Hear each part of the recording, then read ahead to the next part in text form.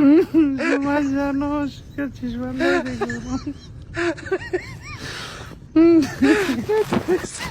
ګورم شیر علي شیرزاد راواخله شیر علي ګوره ته دغسې یو ډمه ښځه یې زه درته څومره احترام کوم څومره په درنده زه به درته چې خورې ښه راغلې په خیر راغلې روزي ترتیبات هم نیولي څه وایې پکې زما خاوند یې شیر علي راواخله ته زما زما دا غنډه تا خاوند دی ما غنډه ښځه پرته ده زه د تا غوندې کوسۍ نه غیم هغه ښځه دې ټول ټیک ټاک ده زه یې تا شخصي ښځه یم شیر علي هغه راواخله ته ډېره کوسۍ ښځه یې ته د ډېره غوده ښځه یې اوس کابر نه دې زنګ وهلی نه خدای دې نه کړي ما له کبر نه زنګ ویلی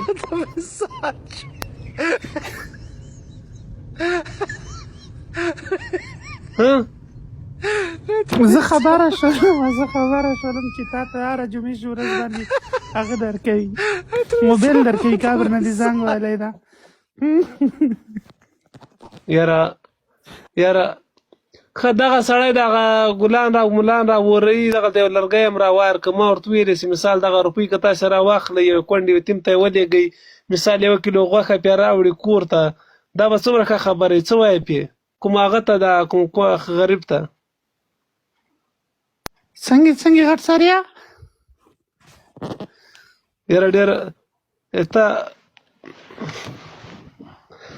ما داسې وویلې اوس متاسفانه داسې مې وویلې چې دغه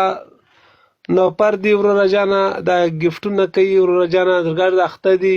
ګیمونه کوي ما له چې دا شیان بند سي دي او څه وخت لپاره وروره میره وروره ته پاس راسه ما او تعلیم دوه خبرې سره وکړو ما یې راجګه ده ته ما وله ما ته یې ویلي زه بیا ده ته پیسې لېږم پرون مې 200 یورو ورته ولېږلي زما جانو ته ده ته یې ما لېږم نه چا ته یې لېږلي دي مې پرون لېږلي 200 یورو چا ته دې لېږلي 200 روپۍ تا ته مې لېږلي ده هر څه را سره شته مازار ته مې درته لېږلي دي ته مازار کې تا غول خوړل بد دې وکړه زه دغسې د کوڅو روپیو پسې نه ګرځم نه ما ته چا را لېږلي دي پوه شوې زما خاوند د دین په دنیا ټول 200 ولیکئ دوستانو ټول ورته ولیکئ هغه دان ټول نه یارانو 1 روپۍ ما پرچا 1 روپۍ ما پرچا شیر کړې ده ښه پرچا شیر که ته به پرچې لیکې نو هغه پرچې به زه هم راواخلم هلته به قلم باندې ولیکم داسې به وایي چې ما دا فلانۍ کوڅۍ ته دومره روپۍ لېږلي دي ده زما خاوند یې غوږ ونیسه هغه دا یکسله ښه وایه ګوره سمې خبرې کول د روزه ده ته کومډیټر راجګه کړې ما نه یې راجګړې په لا اله الا لکه ما راجګه کړې خو زه خیر خبر ته غوږ ونیسه سره راغلی خپل شی خیالی ده غول دې وخوړل بد دې وکړل کوڅۍ ډمې ته زما خاوند یې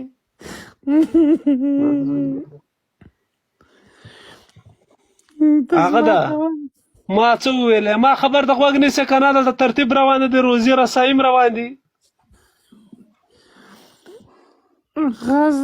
زما خاوند وایه راته زما ژوند ما داسې ویلې چې حاجي شیر علي مبارز نن سبا که خلک عزت ورکوي که خلک قدر